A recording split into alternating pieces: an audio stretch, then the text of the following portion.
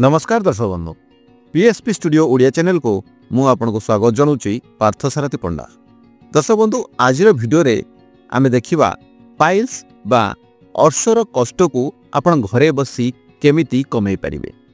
कौनसी भूल नुहे, संपूर्ण प्राकृतिक और निरापद उपचार। सेतिपई भिडियोटी को आरंभ शेष पर्यंत देखिबे। भिडियोटी भल लगे लाइक करी अन्य मानक सहित शेयर करिवे एवं चैनल नुआ थिले चैनल टी को सब्सक्राइब करी पाखरे थिबा बेल आइकन टी मध्य दबाई देबे। जदि आमे देखिबा पाइल्स हेबार मुख्य कारण हेउची आम जीवन शैली। सो चलंतु आमे जानिबा आज आमे केउ केउ घरोई उपचार गुड़िक कले जहा द्वारा आपणकर पाइल्स जनित संक्रमण स्वेलिंग बा फुलिबा एवं इरिटेशन ताहा सहित जंत्रणा मध्य कमिबो। ताहा पूर्व चलंतु जानिबा जे व्हाट इज पाइल्स। पाइल्स हेउची आनस एवं आपणकर रेक्टम चारि पाखरे रक्तनली फुली जिबा। जदि आमे इंग्लिश रे जानिबा ताले ए piles is a swelling of the blood vessels around the anus and rectum. जहार प्रधान लक्षण गुड़िक हेउची वेदना बा कष्ट अनुभव करिबा। जेतेबेले आपण पाइखाना जांती सेतेबेले आपण कष्ट अनुभव करती एवं से कष्ट दिन जाक रुहे आपणकर। सेही बळी इरिटेशन बा जळापड़ा सेठी आपण अनुभव करिबा। बसिबारे असुविधा सम्मुखीन करिबा। बेले बेले रक्तस्राव सम्मुखीन हेबा। जेतेबेले आपण टॉयलेट जाउछंती सेतेबेले आपण रक्तस्राव मध्य देखंती एवं केतेकांशरे बा केतेक पाइल्स रे बा फिशर रे देखा जाए जे वेटनेस एवं इचिंग से जगहटी टिके ओदालिया लागे एवं कुंडे मध्य हुए। चलंतु एबे जानिबा होम रेमेडीज बा घरोई उपचार कोन। प्रथमटी हेउची वार्म वाटर बाथ। उषुम पानी रे बसिबा बा गरम पानी रे बसिबा। अत्यधिक गरम पानी नहे, जेतिकी गरम पानी आपण आपनकर हाथ बुड़े की सही पारुचंती सेतिकी गरम रे आपण व्यवहार करंतु। गरम पानी गोटे टब रे भरी 10 रु 15 मिनिट सेतरे बसंतु एवं आपनकर आनस बा रेक्टम को संकुचित प्रसारण करंतु। जेतेबेले झाड़ा जीवा बेले आपण जो प्रेशर दियंती सेमिति प्रेशर देबे। पुणे 10 रु 15 सेकेंड परे प्रेशर को इन करिवे, प्रेशर को रिलीज करिवे। सेही भली संकुचित प्रसारण करिवे 10 रु 15 मिनिट गोटे टब रे बा गोटे माड़िया रे बस। एहा द्वारा कोन हुए आपनकर कष्ट एवं फुली थिबा बा जळापड़ा होउथिबा जागाटी आराम लागे बा कमी जाए। एहा आपण दिन को 2 रु 3 थर करि परिबे। सेही भली नेक्स्ट उपचारटी हेउची एलोवेरा जेल। डायरेक्ट आपणको घरबाड़ी रे जदि आपण एलोवेरा लगै छंती ताहले ताहा हेउची पाइल्स पाई एक सर्वश्रेष्ठ प्राकृतिक जेल।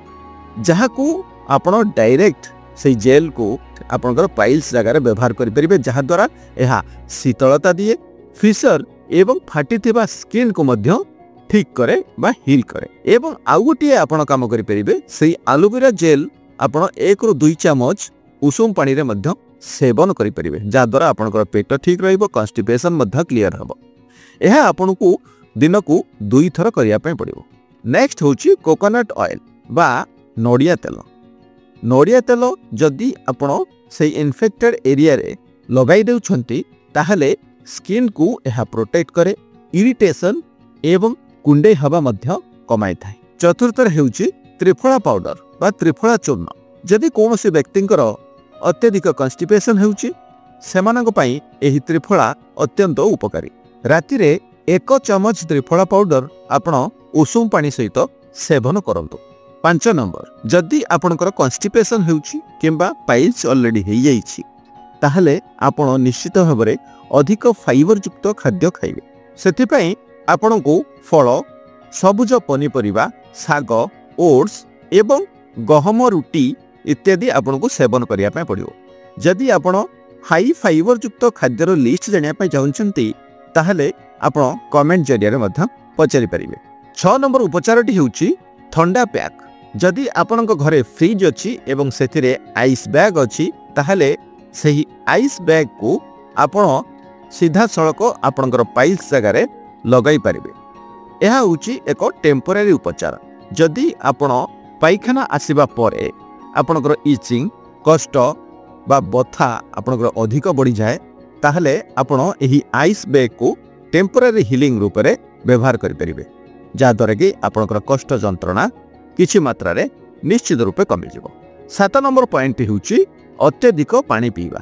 जदि आपनकर कॉन्स्टिपेशन होउची किंबा पाइल्स हेची तार प्रथम कारण होउची आपनकर स्टूल टाइट होउची बा आपनकर झाड़ा टाइट होउची।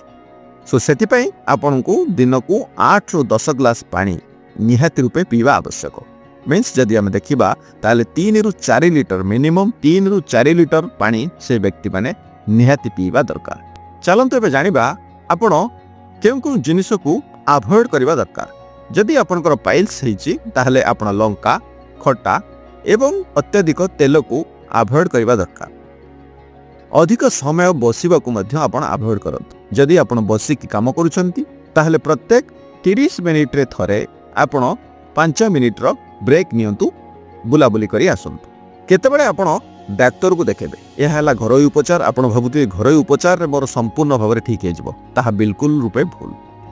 जदि यह करिवा सत्ते आपणकर अधिक रक्तस्राव हेउची वेदना बा कष्ट दिन को दिन बढ़ी बढ़ी चली आनस निकट रे छोट होल पुश बा वेटनेस आपणकर निरंतर चली तेबे निश्चित रूपे आपण होमियोपैथी किंबा आयुर्वेदिक डाक्तर को देखाइबा आवश्यक। जदि आपण सर्जरी आड़ को जीवाई चाहते ताहले आपण एलोपैथिक डाक्तर को मध्य देखाई परिबे। सो ये थे दर्शक बंधु गोटे कंप्लीट घरोई उपचार जदि आपणकर पाइल्स हेछि। एठी मु आउरी गोटे कथा कहिदेबी घरोई उपचार नेबा निहाती रूपे सेफ। अंधविश्वास रे केबे विश्वास करंतु नहीं दर्शक बंधु। सो ये थे दर्शक बंधु गोटे संपूर्ण डिटेल्स संपूर्ण घरोई उपचार जदि आपणकर पाइल्स किंबा कॉन्स्टिपेशन हेछि। जदि वीडियो भल लगिला लाइक करी अन्य मानक सहित शेयर करदेबे एवं चैनल नुआ थिले चैनल को सब्सक्राइब करी पाखरे थिबा बेल आइकन को दबाई देबे। आज पैतिकी पुणी देखा हबो आउ एक नया एपिसोड रे। जय हिंद, वंदे उत्कल जननी।